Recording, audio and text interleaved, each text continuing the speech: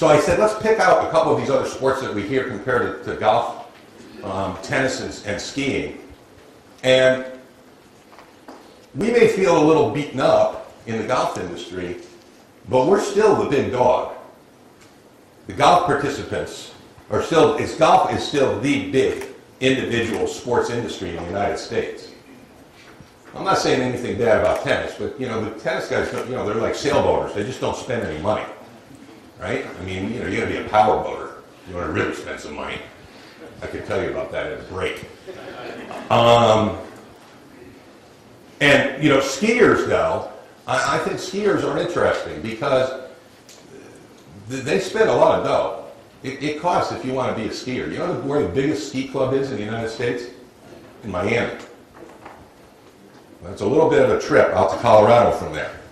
And so that's where, though, the biggest ski club is. So skiing is a big thing. But we are 30% bigger than tennis. We're almost 5 times, if you look at core golfers, at core participants, bigger than downhill ski.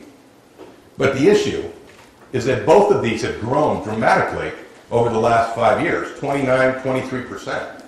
These are real figures. Whereas we have had this slow leak going on for a while. And that's concerning to me.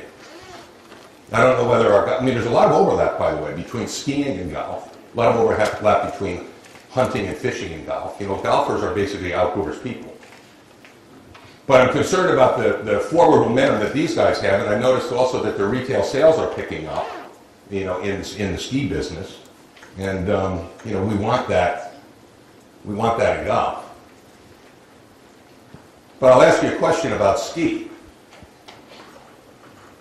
Let's just take Colorado. There's an organization out there called Colorado Ski Country. It's comprised of the 30 ski resorts in Colorado that all market together and get people to come to Colorado. What percentage of those resorts, what percentage of not just those resorts, let's say all ski resorts, what percentage do you think have beginner lessons at both individual and group beginner lessons at the ski resort? How many do you think have high quality rental equipment for a brand new beginner? I'm talking the latest stuff, the latest boots, the latest skis, the latest bindings available for the beginners. What percentage? 100%. What percent have a standardized approach to introducing people to skiing who have never skied before? Right now, today, we're going to get you up and get you functional. Standardized approach to the introduction and the instruction of skiing. What percent do you think have that? 100%.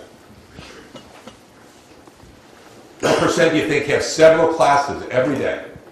You show up in the morning, you got a class. Show up in the afternoon, you got a lift ticket, you got a class. What percent? 100%. Okay, so we've got, in golf, 16,000 ski resorts. Now, what percentage do you think meet all of those criteria?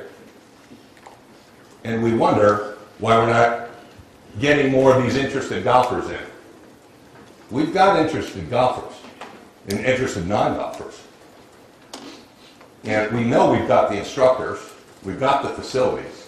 There just hasn't been the mesh yet to activate that latent demand and more aggressively develop these customers.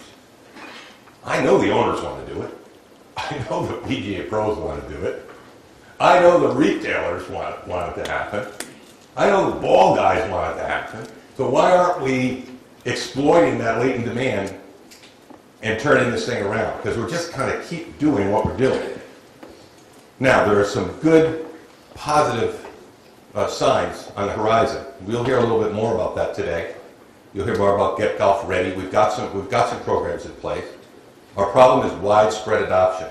Remember, our challenger here, ski, if you want to consider that, 100%. So let's figure out what percentage that we really are doing it the way that ski is doing it. Then that's an issue. We've got a slow leak, but latent demand for golf still exists. These are your